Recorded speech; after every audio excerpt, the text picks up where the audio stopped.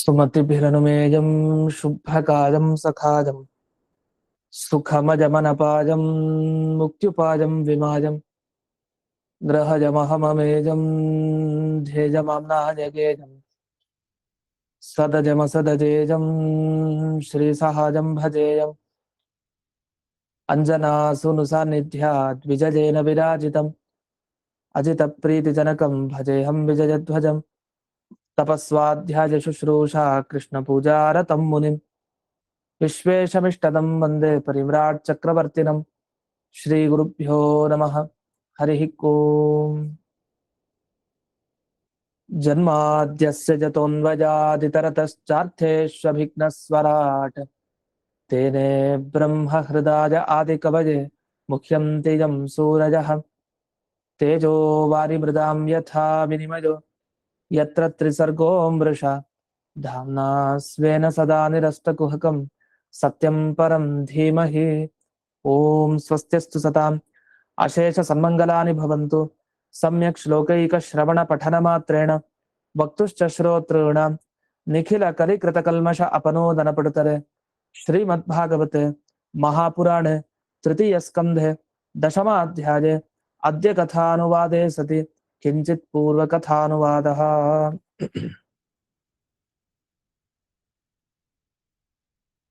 ಮುಂದಿನ ಸ್ತೋತ್ರ ಮಾಡ್ತಾ ಇದ್ದಾರೆ ಬ್ರಹ್ಮದೇವರು ಈ ಎರಡನೇ ಶ್ಲೋಕದಲ್ಲಿ ಭಗವಂತನನ್ನ ಪೂರ್ತಿಯಾಗಿ ನಮ್ಮ ಮನಸ್ಸಿನಿಂದ ಅಥವಾ ಮಾತಿನಿಂದ ತಿಳ್ಕೊಳ್ಳಿಕ್ಕೆ ಸಾಧ್ಯ ಇಲ್ಲ. ಮನಸ್ಸಿನಿಂದ ಆಗ್ಲಿ ಮಾತಿನಿಂದ ಹೇಳಿ ಹೇಳಿ ಭಗವಂತನ ಬಗ್ಗೆ ಪೂರ್ತಿಯಾಗಿ ಸಾಧ್ಯ ಇಲ್ಲ.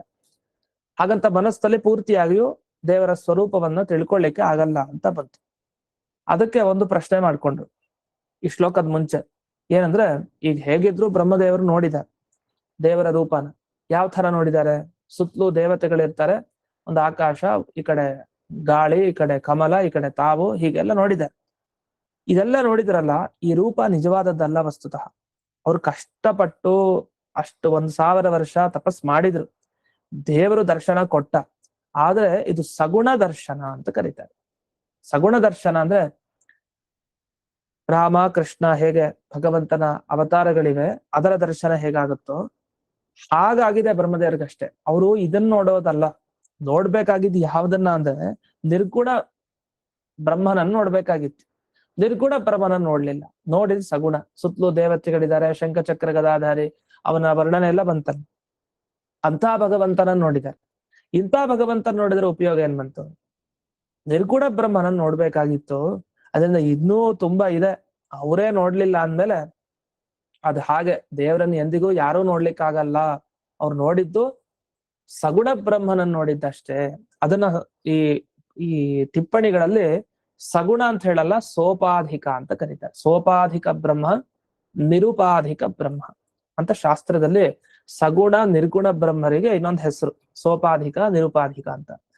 ಸೋಪಾಧಿಕ ಅಂದ್ರೆ ಅವನಲ್ಲೆಲ್ಲ ಕಾಣತ್ತಲ್ಲ, ಆಭರಣ ಕಾಣುತ್ತೆ, ಅವನಲ್ಲಿ ಬಣ್ಣ ಕಾಣುತ್ತೆ, ಅವನು ಓಡಾಡ್ತಾನ, ನಗ್ತಾನ, ಎಲ್ಲ ಕಾಣುತ್ತೆ. ಅಂದ್ರೆ ಉಪಾಧಿ, ವಿಶೇಷಣ, ಒಂದಿಷ್ಟು ಧರ್ಮ ಕಾಣ್ತಾ ಹೋಗುತ್ತೆ. ಉಪಾಧಿ ಅನ್ನೋ ಶಬ್ದಕ್ಕೆ ಧರ್ಮ ಅಂತ ಇಟ್ಕೊಳ್ಳಿ. ಧರ್ಮ ಯಾವ್ದಾರ ಆಗ್ಬೋದು, ಅವನು ಹಾಕೊಳ್ಳೋ ಆಭರಣ ಆಗ್ಬೋದು, ಅವನ ಕಲರ್ ಆಗ್ಬೋದು, ಅವನ ಆಕೃತಿ ಆಕಾರ ಆಗ್ಬೋದು. ಈ ತರ ಅವನಲ್ಲಿ ಧರ್ಮಗಳು ಇದ್ದು ಕಂಡ್ರೆ ಅಂತ ಭಗವಂತನ ದರ್ಶನ ಮೋಕ್ಷವನ್ನ ತಂದು ಕೊಡಲ್ಲ, ಅದ್ರ ಉಪಯೋಗಿ ಅಲ್ಲ. ಹೊರತು ಅವನಲ್ಲಿ ಏನೂ ಇಲ್ಲ, ಅವನು ನೋಡ್ಲಿಕ್ಕೆ ಇಂಥ ಆಕಾರದಲ್ಲಿ ಇದ್ದಾನೆ ಅಂತ ಹೇಳಿಕ್ ಬರಲ್ಲ, ಅವನು ನಗ್ತಾ ಇದ್ದಾನೆ ಅಂತ ಹೇಳಿಕ್ ಬರಲ್ಲ, ಅವನು ಆಭರಣ ಹಾಕೊಂಡಿದ್ದಾನೆ ಅಂತ ಹೇಳಿಕ್ ಬರಲ್ಲ. ನಿರ್ಗುಣ, ನಿರಾಕಾರ, ನಿರ್ವಿಕಾರ, ಈ ತರದ ಒಂದು ದರ್ಶನ ಆಗ್ಬೇಕಾಗಿತ್ತು. ಅದು ಬ್ರಹ್ಮದೇವರಿಗೆ ಆಗ್ಲಿಲ್ಲ. ಹಾಗಾಗಿ ದೇವರನ್ನ ಸರ್ವಥಾ ಅವ್ಯಕ್ತ, ಎಂದೆಂದಿಗೂ ಕಾಣಿಸ್ದೇ ಇರೋದೇ ದೇವರ ಸ್ವಭಾವ. ಆದ್ರೆ ಕಂಡಿದ್ದು ಇದು ದೊಡ್ಡ ವಿಷಯ ಅಲ್ಲ. ಇಂಥ ರೂಪನ ಯಾರು ನೋಡ್ತಾರೆ ತಪಸ್ ಮಾಡಿದ್ರೆ ಅಂತ. ಈ ತರ ಅಭಿಪ್ರಾಯ ಬಂದ್ರೆ ಇಲ್ಲ, ಈ ತರ ಅರ್ಥ ಅಲ್ಲ ಈ ಭಾಗವತದ ಪದ್ಯಗಳಿಗೆಲ್ಲ ಅಂತ ಮುಂದೆ ಸ್ಪಷ್ಟೀಕರಣ ಕೊಡ್ತಾರೆ. 2ನೇ ಶ್ಲೋಕದಲ್ಲಿ ಏನ್ ಹೇಳ್ತಾರೆ ಅಂದ್ರೆ, ಬ್ರಹ್ಮದೇವರು, ನಾನು ಇದುವರೆಗೆ ತಪಸ್ಸನ್ನು ಮಾಡದೆ ದೇವ್ರೆ, ನಿನ್ನನ್ನು ಕುರಿತು ತಪಸ್ ಮಾಡಿದ್ಮೇಲೆ ನನ್ನಲ್ಲಿ ಒಂದು ರಸ ಉಂಟಾಯ್ತು. ಏನ್ ರಸ? ಅಪರೋಕ್ಷ ಜ್ಞಾನ ರಸ ಉಂಟಾಯ್ತು. ಅವಬೋಧ ರಸೋದಜೇನ ಅಂತ ಇಲ್ಲಿ ಭಾಗವತಲ್ಲಿ ಹೇಳ್ತಾರೆ 2ನೇ ಶ್ಲೋಕದಲ್ಲಿ. ರೂಪಂ ಯದೇ ತತ್ ಅವಬೋಧ ರಸೋದಯನ. ಅವಬೋಧ ಅಂದ್ರೆ ಒಳ್ಳೆ ಜ್ಞಾನ, ಬೋಧ ಅಂದ್ರೆ ಜ್ಞಾನ, ಅವಬೋಧ ಅಂದ್ರೆ ಅಪರೋಕ್ಷ ಜ್ಞಾನ. ದೇವರನ್ನ ಸಾಕ್ಷಾತ್ತಾಗಿ ಬ್ರಹ್ಮದೇವರು ನೋಡಿದ್ದಾರೆ. ಅಪರೋಕ್ಷ ಜ್ಞಾನ ರಸ ಹುಟ್ಟಿತು. ಅದು ಎಷ್ಟು ಚೆನ್ನಾಗಿ ಹುಟ್ಟಿದೆ ಅಂದ್ರೆ ಇನ್ನು ಮುಂದೆ ಒಮ್ಮೆನೂ ಅವರಿಗೆ ಯಾವುದೇ ತೊಂದರೆ ಆಗ್ಬಾರ್ದು ಅಂಥ ದೇವರ ದರ್ಶನ ಆಗಿದೆ. ಮತ್ತೆ ಸಂಸಾರಕ್ಕೆ ಸಿಲ್ಕೋದು ಅಂತ ಇಲ್ವೇ ಇಲ್ಲ ಅವ್ರಿಗೆ, ಬ್ರಹ್ಮದೇವರಿಗೆ ಆ ತರ. ಯಾಕೆಂದ್ರೆ ಅಂಥ ರೂಪ ಹೇಗಿತ್ತು ಅಂತ ವರ್ಣಿಸ್ತಾರೆ. ಅದು ಸಾಕ್ಷಾತ್ ನೋಡ್ಬೇಕಾದ ದೇವರ ದರ್ಶನನೇ ಆಗಿರೋದು ಅವ್ರಿಗೆ, ಇನ್ಯಾವುದೇ ದೇವರ ದರ್ಶನ ಅಲ್ಲ. ಯಾವ್ದೋ ನಿರ್ಗುಣ ಮತ್ತೆ ಸಗುಣ ಅಂತ ಹೀಗೆಲ್ಲ ಇಲ್ಲ. ದೇವ ರೂಪ ಇರೋದೇ ಸಗುಣ. ನಿರ್ಗುಣ ಅಂದ್ರೆ ನಮ್ ತರ ಗುಣ ಇಲ್ಲ ಅಂತ ಅಷ್ಟೇ ಅರ್ಥ ಹೊರತು ಏನೋ ಗುಣ ಇಲ್ಲ, ಏನೋ ಕ್ರಿಯೆ ಇಲ್ಲ ಅಂತ ಹೀಗೆಲ್ಲ ಅರ್ಥ ಅಲ್ಲ. ಹಾಗಾದ್ರೆ ಭಗವಂತನ ರೂಪ ಹೇಗಿತ್ತು ಇವ್ರು ನೋಡಿದ್ದು? ನಿವೃತ್ತ ತಮಸಃ, ಯಾವುದೇ ಪ್ರಕೃತಿಯ ಗುಣ ಸಂಪರ್ಕ ಇಲ್ಲ ಅದಕ್ಕೆ. ಶುದ್ಧ ಬಿಂಬ ದರ್ಶನ. ಶುದ್ಧ ಬಿಂಬ ದರ್ಶನ ಅಂತ ಹೇಳ್ತೀವಲ್ಲ ದೇವಸ್ಥಾನಗಳಲ್ಲಿ ಪ್ರತಿಮೆ, ಶುದ್ಧ ಬಿಂಬ ದರ್ಶನ ಆಗ್ಬೇಕಂದ್ರೆ ವಸ್ತ್ರ ಏನು ಹಾಕಿಲ್ಲ, ಹಾಗೆ ಶುದ್ಧವಾಗಿ ಭಗವಂತನ ದರ್ಶನ ಆಗ್ಬೇಕು. ಕಲ್ಲಿನ ಮೂರ್ತಿ ಇದ್ರೆ ಪೂರ್ತಿ ಕಲ್ಲನ್ನು ನೋಡ್ಬೇಕು. ವಸ್ತ್ರ ಹಾಕ್ಬಿಟ್ರೆ ಆ ವಸ್ತ್ರ ಕಾಣುತ್ತಲ್ಲ, ನಿಜವಾದ ದೇವರ ಆ ಪ್ರತಿಮಾ ಭಾಗ ಕಾಣಲ್ಲ. ಶುದ್ಧ ಬಿಂಬ ದರ್ಶನ ಆಗ್ಬೇಕು. ಈ ಗ್ರಹಣ ಕಾಲದಲ್ಲೂ ಹೇಳ್ತಾರೆ ಶುದ್ಧ ಬಿಂಬ ದರ್ಶನ. ಏನು ಇರ್ಬೇಕು, ಶುದ್ಧ ಕ್ಲೀನ್ ಆಗಿ ಎಲ್ಲ ಕಾಣ್ಬೇಕು ಆ ಚಂದ. ಈ ಶುದ್ಧ ಬಿಂಬ ಅನ್ನೋ ಶಬ್ದಕ್ಕೆ ಅದೇ ಅರ್ಥ, ಏನೂ ಆಭರಣ ಇಲ್ದೇನೆ, ಏನೂ ಇಲ್ದೇನೆ ಶುದ್ಧವಾಗಿ ನೋಡ್ಬೇಕು ಅಂತ ಅರ್ಥ. ಆ ತರ ಇಲ್ಲಿ ಯಾವುದೇ ಪ್ರಕೃತಿಯ ಗುಣ, ಸತ್ವಗುಣ, ರಜೋಗುಣ, ತಮೋಗುಣ ಇದು ಯಾವ ಸಂಪರ್ಕನೂ ಇಲ್ಲದೆ ದೇವರ ದರ್ಶನ ಬ್ರಹ್ಮದೇವರಿಗಾಗಿದೆ. ಇದರಿಂದ ಏನಾಯ್ತು? ನಿರ್ಗುಣ ಅನ್ನೋ ಶಬ್ದಕ್ಕೆ ಅರ್ಥ ಬಿಡಿಸಿದಾಗ ಆಯ್ತು. ಏನ್ ನಿರ್ಗುಣ ಅನ್ನೋ ಶಬ್ದಕ್ಕೆ ಅರ್ಥ? ಪ್ರಕೃತಿಯಲ್ಲಿರೋ ಸತ್ವಗುಣ ಆಗ್ಲಿ, ರಜೋಗುಣ ಆಗ್ಲಿ, ತಮೋಗುಣ ಆಗ್ಲಿ ದೇವರಲ್ಲಿ ಕಂಡಿಲ್ಲ. ನಿವೃತ್ತ ತಮಸಃ, ತಮಸ್ಸೆಲ್ಲ ಹೋಗಿದೆ. ತಮೋಗುಣದ ಜೊತೆಗೆ ಇನ್ ಮಿಕ್ಕಿದ ಗುಣನು ತಗೊಳ್ಬೇಕು, ಅದು ಯಾವ್ದು ಇಲ್ಲ. ಯದೇ ತತ್, ಅಂಥ ನಿನ್ನ ರೂಪ ನಾನು ನೋಡಿದೆ. ಈ ನಾಭಿ ಕಮಲದಿಂದ ಹೊರಗ್ ಬಂದಾಗ ಈ ರೂಪ ಏನ್ ಸಾಮಾನ್ಯ ಅಲ್ಲ. ಮುಂದೆ ಮತ್ಸ್ಯ, ಕೂರ್ಮ, ವರಾಹ ಅಂತ ಏನೇನು ಅನಂತ ದೇವರ ಅವತಾರಗಳಿದೆ, ಆ ಎಲ್ಲಾ ಅವತಾರಗಳಿಗೆ ಮೂಲ ಈ ಭಗವಂತನ ರೂಪ. ಅಂದ್ರೆ ಬ್ರಹ್ಮದೇವರು ನೋಡಿ ಸಾಮಾನ್ಯ ಅಲ್ಲ, ದೇವ್ರ ಮುಂದೆ ನಿಂತಿದ್ದಾನಲ್ಲ ಆ ಎಂಥ ದೇವರದು. ಆ ಮೂಲ ರೂಪಿ ದೇವರಿಂದಲೇ ಇಡೀ ಅವತಾರ ಎತ್ತೋದು ಮುಂದೆ ಎಲ್ಲ ಭಗವಂತ. ಅಂಥ ಅವತಾರ ಶತೈಕ ಬೀಜಂ ಅಂತ ಹೇಳ್ತಾರೆ. ನೂರಾರು ಅವತಾರಗಳಿಗೆ ಮುಂದೆ ಮುಖ್ಯ ಕಾರಣ ಈ ರೂಪ ನಾನ್ ನೋಡಿದ್ದು ಅಂತ ಬ್ರಹ್ಮದೇವರು ಹೇಳ್ತಾ, ಸದನುಗ್ರಹಾಯ ಆದೌ ಗೃಹೀತಂ. ಈ ರೂಪ ಇದೆಯಲ್ಲ ಅಂದ್ರೆ ಮತ್ಸ್ಯ, ಕೂರ್ಮ, ವರಾಹ ಎಲ್ಲ ತಗೊಳತ್ ಮುಂದೆ ಈ ರೂಪನೇ. ಇಂಥ ಮೂಲ ರೂಪ ಏನಿದೆ ಇದು ಎಷ್ಟು ಅನುಗ್ರಹ ಮಾಡತ್ತೆ ಅಂದ್ರೆ ಆ ಅನುಗ್ರಹವನ್ನ ವರ್ಣನೆ ಮಾಡ್ಲಿಕ್ಕೂ ಸಾಧ್ಯ ಇಲ್ಲ. ಯಾಕಂದ್ರೆ ಹಿಂದೇನೋ ದೇವರು ನಾನು ನೋಡ್ದೆ ಇವತ್ತಿನಿಂದ ಜನರಿಗೆ ಅನುಗ್ರಹ ಮಾಡೋದು ಅಂತಿಲ್ಲ, ಇದು ಅವತ್ತಿನಿಂದ ಇದೆ. ಅವತ್ತಿನಿಂದ ಎಷ್ಟೋ ಬಾರಿ ಸೃಷ್ಟಿಯಾಗಿದೆ. ಸೃಷ್ಟಿಯಾದಾಗ್ಲೆಲ್ಲ ಈ ಭಗವಂತನ ರೂಪ ಒಳ್ಳೆಯವ್ರಿಗೆ ಅನುಗ್ರಹ ಮಾಡಿ ಅವ್ರಿಗೆ ಮೋಕ್ಷವನ್ನ ಕೊಡುತ್ತೆ. ಅಂಥ ಅನಾದಿ ಕಾಲದಿಂದ ಸದನುಗ್ರಹಾಯ, ಒಳ್ಳೆ ಅನುಗ್ರಹ ಒಳ್ಳೆಯವ್ರಿಗೆ ಮಾಡ್ತಾ ಇರುವಂಥ ಈ ಭಗವಂತನ ರೂಪವನ್ನ ನಾನು ನೋಡ್ತಾ ಇದ್ದೀನಿ. ಈ ಭಗವಂತನ ರೂಪ ಯಾವ್ದು ಗೊತ್ತಾ? ಅವ್ರು ಹುಡುಕ್ತಾ ಇದ್ರಲ್ಲ, ನಾನು ಎಲ್ಲಿಂದ ಬಂದೆ ಅಂತ ಹುಡುಕ್ತಾ ಇದ್ರು. ಅದನ್ನ ಹಿಂದಿನ ಅಧ್ಯಾಯಗಳಲ್ಲಿ ತಿಳಿಸಿದ್ದಾರೆ. ಅವರು ನಾಭಿಕಮಲದಿಂದ ಹೊರಗೆ ಬಂದ್ರು, ಅದು ನನ್ನನ್ನು ಯಾರು ಸೃಷ್ಟಿ ಮಾಡಿದ್ದು, ನಾನು ಹೇಗ್ ಬಂದೆ ಅಂತ ಯೋಚನೆ ಮಾಡ್ತಾ ಕೂತಿದ್ರು. ಸುತ್ತಲೂ ನೋಡಿದ್ರು, ಆಮೇಲೆ ತಪಸ್ಸಿಗೆ ಇಳಿದು ಬಿಟ್ರು. ಆಗ ಹುಡುಕ್ತಾ ಇದ್ ರೂಪ ಅವ್ರಿಗೆ ಕಾಣ್ಲಿಲ್ಲ. ಅವಾಗ ಅದೇ ರೂಪ ಕಣ್ಮುಂದೆ ಬಂದ್ ನಿಂತಿರೋದು. ಈಗ ಅದನ್ನ ಅವ್ರು ಹೇಳ್ತಾರೆ. ಈಗ ಎನ್ನಾಭಿಪದ್ಮ ಭವನಾಥ್ ಅಹಂ ಆವಿರಾಸಂ. ಈ ರೂಪ ಇದೆಯಲ್ಲ, ಈ ರೂಪ ಯಾವುದು ಅಂದ್ರೆ ಆ ಕ್ಷೀರ ಸಮುದ್ರದಲ್ಲಿ ಮಲಗಿತ್ತಲ್ಲ ಆ ಭಗವಂತನ ರೂಪ, ಆ ಭಗವಂತನ ನಾಭಿಯಲ್ಲಿ ಕಮಲ ಇತ್ತಲ್ಲ, ಆ ಕಮಲದಿಂದ ನಾನು ಹೊರಗ್ ಬಂದಿದ್ನಲ್ಲ, ಅಂಥ ಭಗವಂತನು ನನಗೆ ಕಣ್ಮುಂದೆ ಇವಾಗ ಕಾಣ್ತಾ ಇರೋದು ಅಂತ ಈ ತರ ಇಲ್ಲಿ ವರ್ಣನೆಯನ್ನ ಮಾಡ್ತಾರೆ. ಹೀಗೆ ಎನ್ನಾಭಿಪದ್ಮ ಭವನಾಥ್ ಅಹಂ ಆವಿರಾಸಂ, ಆ ಭಗವಂತನ ನಾಭಿ ಕಮಲದಿಂದಲೇ ನಾನ್ ಬಂದಿದ್ದು, ಇದೇ ಮುಂದೆ ನಿಂತಿದ್ದಾನಲ್ಲ ದೇವರು ಅಂತ ಇಷ್ಟು ಇಲ್ಲಿ ವರ್ಣನೆ ಮಾಡಿದೆ. ಇದಾದ್ಮೇಲೆ ಮುಂದಿನ ಶ್ಲೋಕಕ್ಕೆ ಹೋಗೋಣ. 3ನೇ ಶ್ಲೋಕ. ಇದು ಒಟ್ಟಿಗೆ ಸೇರಿಸಿ ವ್ಯಾಖ್ಯಾನ ಮಾಡ್ತಾರೆ ಈ 2, 3ನೇ ಶ್ಲೋಕ. ಇದು ಸರಳವಾದ ಅರ್ಥ 2ನೇ ಶ್ಲೋಕಕ್ಕೆ. ಇದು 3ನೇ ಶ್ಲೋಕ. ನಾತಃ ಪರಂ ಪರಮ ಯದ್ ಭವತಃ ಸ್ವರೂಪಂ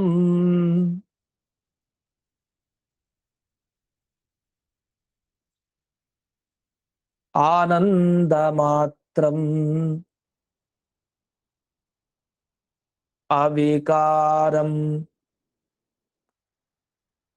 ಅವಿದ್ಧವರ್ಚಃ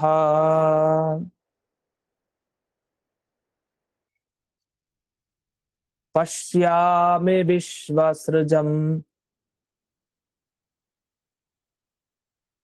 ಏಕಮವಿಶ್ವಮಾದ್ಯಂ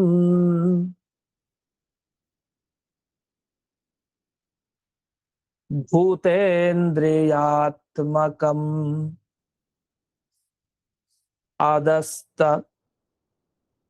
ಉಪಾಶ್ರಿತೋಸ್ಮಿ.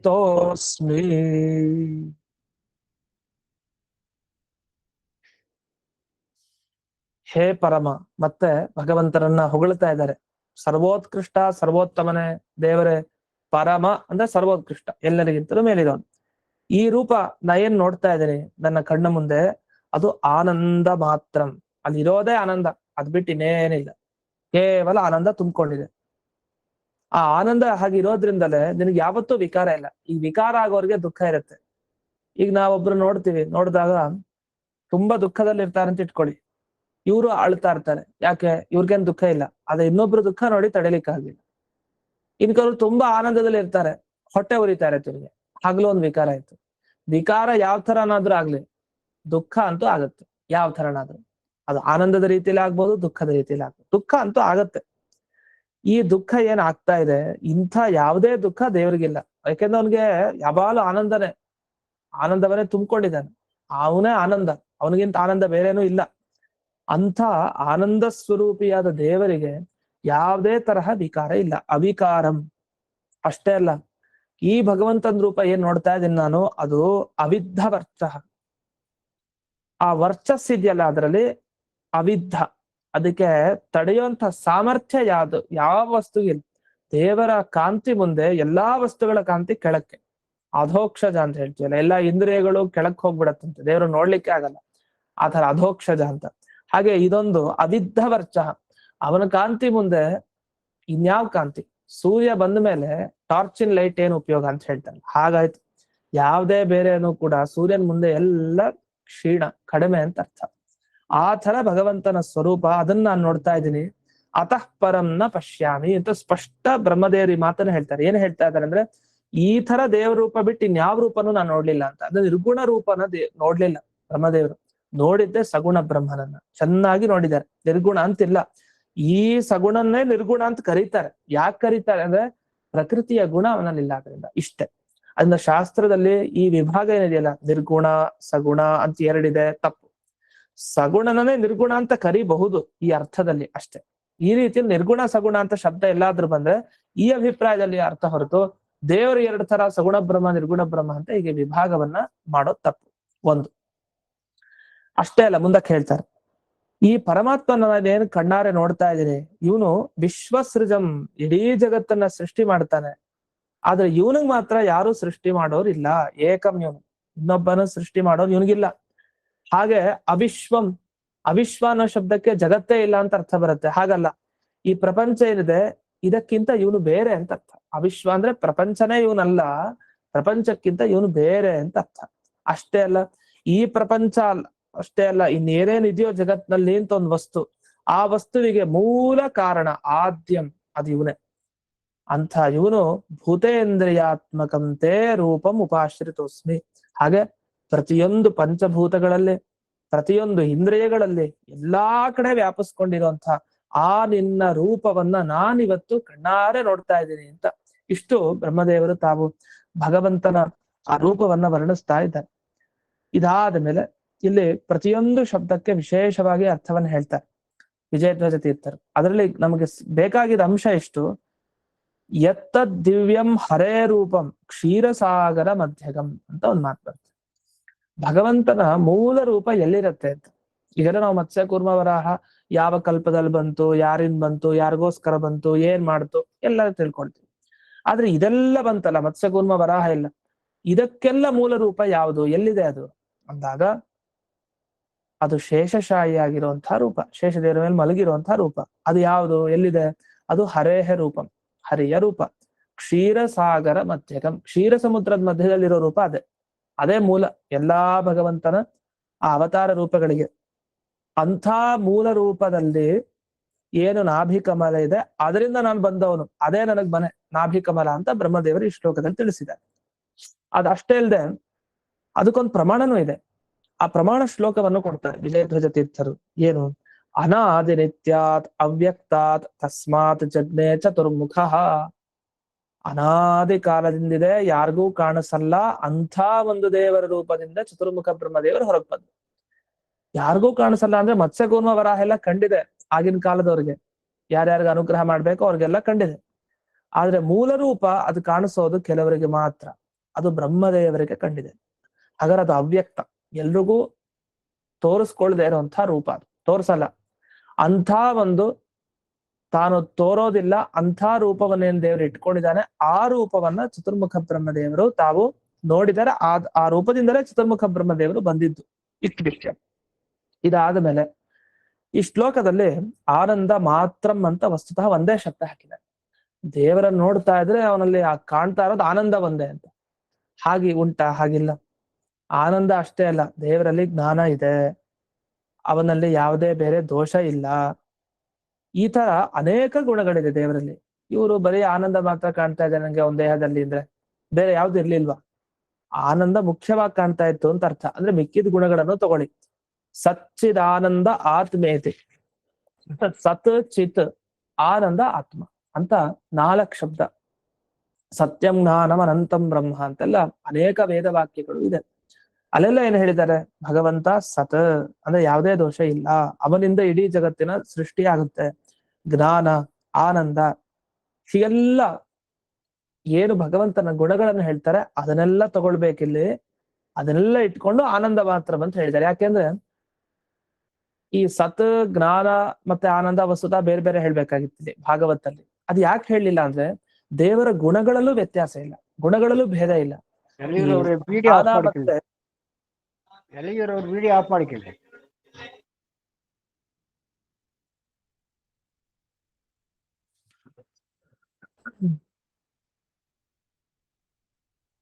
ವಿಡಿಯೋ ಆಫ್ ಮಾಡ್ಕೊಳ್ಬೇಕಂತ ಅವ್ರ ಹೆಸರೇನು ಗೊತ್ತಾಗ್ಲಿಲ್ಲ.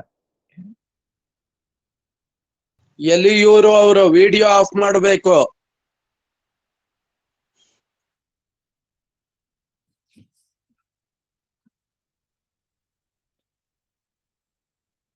ಹೀಗೆ ಈ ಸತ್, ಜ್ಞಾನ, ಆನಂದ ಅನೇಕ ಗುಣಗಳಿರಬಹುದು, ಆದ್ರೆ ಎಲ್ಲಾ ಗುಣಗಳು ಒಂದೇ. ಅದ್ ಯಾವ ಗುಣಗಳು, ಅದೆಷ್ಟು ಗುಣಗಳು ಬೇರೆ ಬೇರೆ ಅಲ್ಲ, ಅದು ಒಂದೇ ಅನ್ನೋ ಅರ್ಥವನ್ನು ತಿಳಿಸ್ಲಿಕ್ಕೋಸ್ಕರ ಕೇವಲ ಆನಂದ ಮಾತ್ರಂ ಅಂತ ಇಷ್ಟೇ ಹೇಳಿದ್ದಾರೆ. ಅದನ್ನ ಇಲ್ಲಿ ಪ್ರಮಾಣವಾಗಿ ಕೊಡ್ತಾರೆ. ಬರೀ ಆನಂದ ಅಷ್ಟೇ ತಗೊಳ್ಬೇಡಿ. ಸದ್ಜ್ಞಾನಾನಂದೈಕ ಮಾತ್ರಂ ನತತಃ ಪರಮಂ ಕ್ವಚಿತ್. ಸತ್, ಜ್ಞಾನ, ಆನಂದ ಏಕ ಮಾತ್ರಂ ಇವೆಲ್ಲ ಭಗವಂತನಲ್ಲಿ ಮುಖ್ಯವಾಗಿದೆ. ಇದನ್ ಬಿಟ್ಟು ಇನ್ನೇನು ಇಲ್ಲ, ದೇವರಲ್ಲಿ ಒಂದು ಸ್ವಲ್ಪ ದೋಷನೂ ಇಲ್ಲ.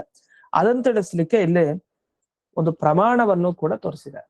ಇಷ್ಟ ಆಯ್ತು. ಇನ್ ಮುಂದಕ್ಕೆ ವಿಷಯ ಏಕಂ ಅಂತ ಒಂದು ಶಬ್ದ ಬಂತು ಭಾಗವತಲ್ಲಿ.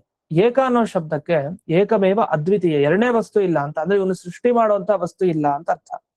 ಹಾಗೆ ಆದ್ಯ ಅಂದ್ರೆ ಎಲ್ಲಾ ವಸ್ತುಗಳಿಗೆ ಮೂಲ ಅಂತ ಅರ್ಥ.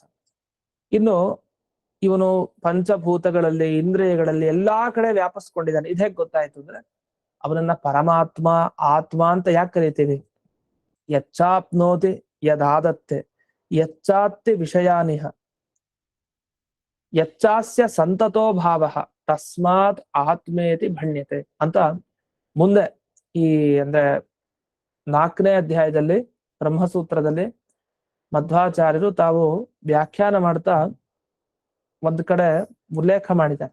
ಅಂದ್ರೆ ಆತ್ಮ ಅಂದ್ರೆ ಏನು ಅಂತ. ಅದೆಲ್ಲಿ 2ನೇ ಸೂತ್ರ ಬರುತ್ತೆ, ಒಂದು ಆತ್ಮೇತಿ ರೂಪಗಚ್ಚಂತಿ ಗ್ರಾಹಯಂತಿ ಚ ಅಂತ ಒಂದು ಬ್ರಹ್ಮಸೂತ್ರ.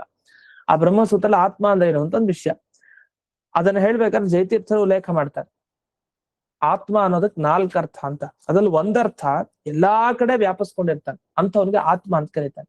ನಮ್ಮನ್ನೆಲ್ಲ ಆತ್ಮ ಅಂತ ಕರೆಯೋ ಹಾಗೆ ಎಲ್ಲ ವಸ್ತುತೆ, ಯಾಕೆ ನಾವ್ ಎಲ್ಲಾ ಕಡೆ ವ್ಯಾಪಿಸ್ಕೊಂಡಿಲ್ಲ. ಮನೇಲಿ ಇದ್ರೆ ನಾವು ಮನೇಲಿ ಇರ್ತೀವಿ ಒಂದ್ ಕಡೆ, ಅದು ದೇಹದಲ್ಲಿ ಅಷ್ಟೇ, ದೇಹದ ಒಳಗಡೆ ನಮ್ಮ ವ್ಯಾಪ್ತಿ, ಹೊರಗೂ ನಮ್ಮ ವ್ಯಾಪ್ತಿ ಇರಲ್ಲ. ಈ ತರ ಭಗವಂತನ ವ್ಯಾಪ್ತಿ ಮಾತ್ರ ಎಲ್ಲಾ ಕಡೆ, ಪಂಚಭೂತಗಳಲ್ಲಿ, ಎಲ್ಲ ಇಂದ್ರಿಯಗಳಲ್ಲಿ. ಹಾಗಾಗಿ ಭೂತೇಂದ್ರಿಯಾತ್ಮಕಂ ಅಂತ ಕರ್ತಿದ್ದಾರೆ, ಅಂದ್ರೆ ಎಲ್ಲಾ ಕಡೆ ಇರೋನಾದ್ರಿಂದ. ಇಂಥ ಭಗವಂತನ ಅದೋ ರೂಪಂ, ಅಲ್ಲಿ ಅದಹ ತೇ ಅಂತ ಶ್ಲೋಕದಲ್ಲಿ ಶಬ್ದ ಇದೆ, ಅದಸ್ತ ಅಂತ ಇದೆ, ಅದು ಅದಹ ತೇ ಅಂತ ಬಿಡಿಸ್ಕೊಳ್ಬೇಕು. ಅದಹ ಅಂದ್ರೆ ನಿನ್ನ ಈ ರೂಪವನ್ನ ನಾನು ನೋಡ್ತಾ ಇದ್ದೀನಿ, ಆದ್ರೆ ಇಷ್ಟು ನೋಡಿದ್ರು ನನಗ್ ಗೊತ್ತಾಗ್ತಾ ಇಲ್ಲ ಸರಿಯಾಗಿ.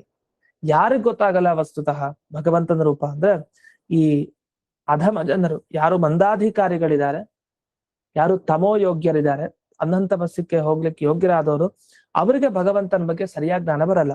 ಆದ್ರೆ ಉತ್ತಮಾಧಿಕಾರಿಗಳು ಯಾರಿದ್ದಾರೆ ಅವ್ರಿಗೆಲ್ಲ ದೇವರ ಬಗ್ಗೆ ತಮ್ಮ ತಮ್ಮ ಯೋಗ್ಯತೆಗೆ ಅನುಗುಣವಾಗಂತೂ ಜ್ಞಾನ ಬರುತ್ತೆ. ಆದ್ರೆ ಇಷ್ಟಾದ್ಮೇಲೂ ಒಂದಿಷ್ಟು ಪ್ರಶ್ನೆಗಳು ಇನ್ನೂ ಇದೆಯಂತೆ ದೇವ್ರ ಬಗ್ಗೆ. ಇದಕ್ಕೆಲ್ಲ ಬ್ರಹ್ಮದೇವರು ಉತ್ತರ ಕೊಡೋ ಅಗತ್ಯ ಇದೆ. ಅವರು ಉತ್ತರ ಕೊಟ್ಟಿದ್ದಾರೆ ಅವ್ರ ಮಾತುಗಳಲ್ಲಿ. ಹಾಗಾದ್ರೆ ಪ್ರಶ್ನೆಗಳೇನು, ಅದಕ್ಕೆ ಯಾವ ರೀತಿ ಉತ್ತರ ಬರುತ್ತೆ ಅನ್ನೋದನ್ನ ನಾವು ಗಮನಿಸ್ಬೇಕು. ಪ್ರಶ್ನೆ ಏನು ಅಂದ್ರೆ ಮೊದಲನೇದು, ಈಗ ಭಗವಂತ ಎಲ್ಲೆಲ್ಲಿ ಇರ್ತಾನೆ? ಭಗವಂತ ಎಲ್ಲಾ ಕಡೆ ಇರ್ತಾನೆ ಅಂತ ನೀವು ಹೇಳಿದ್ರಿ. ಪಂಚಭೂತಗಳಲ್ಲಿ, ಇಂದ್ರಿಯಗಳಲ್ಲಿ, ಎಲ್ಲಾ ಕಡೆ ಇರ್ತಾನೆ ಅಂತ.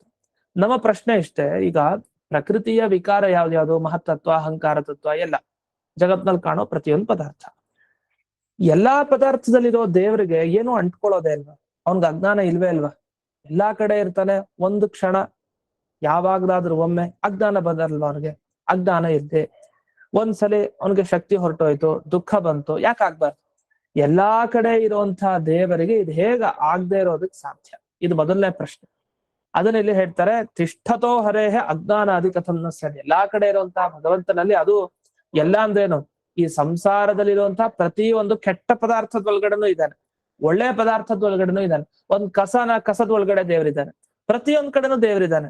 ಅಷ್ಟೆಲ್ಲ ದೇವರಿದ್ರು ಅವನಿಗೆ ಅಜ್ಞಾನ ಇಲ್ಲ, ದುಃಖ ಇಲ್ಲ, ಬೇರೆ ಯಾವುದೇ ದೋಷನೂ ಇಲ್ಲ ಅಂತ ಹೇಳ್ತಿರಲ್ಲ, ಇದು ಹೇಗ್ ಒಪ್ಪೋದು ಅಂತ ಇದು ಒಂದು ಪ್ರಶ್ನೆ. ಎರಡನೇದು, ಕಥಂಚ ಉದಾಸೀನಸ್ಯ ಅದ್ವಿತೀಯಸ್ಯ ರೂಪಾಂತರ ಗ್ರಹಣ. ಭಗವಂತನ ಸ್ವಭಾವವನ್ನ ವೇದ ವಾಕ್ಯಗಳು ಹೇಗ್ ವರ್ಣಿಸುತ್ತೆ ಅಂದ್ರೆ, ಅವನೊಬ್ಬ ಉದಾಸೀನ ಅಂತ. ಉದಾಸೀನ ಅಂದ್ರೆ ಅವನು ಏನು ಕೆಲಸ ಮಾಡಲ್ಲ, ಕೂತೇ ಇರ್ತಾನೆ. ನಾವ್ ಹೇಳ್ತೀವಲ್ಲ, ಉದಾಸೀನ ಅಂದ್ರೆ ಸೋಂಬೇರ್ತಾನೆ.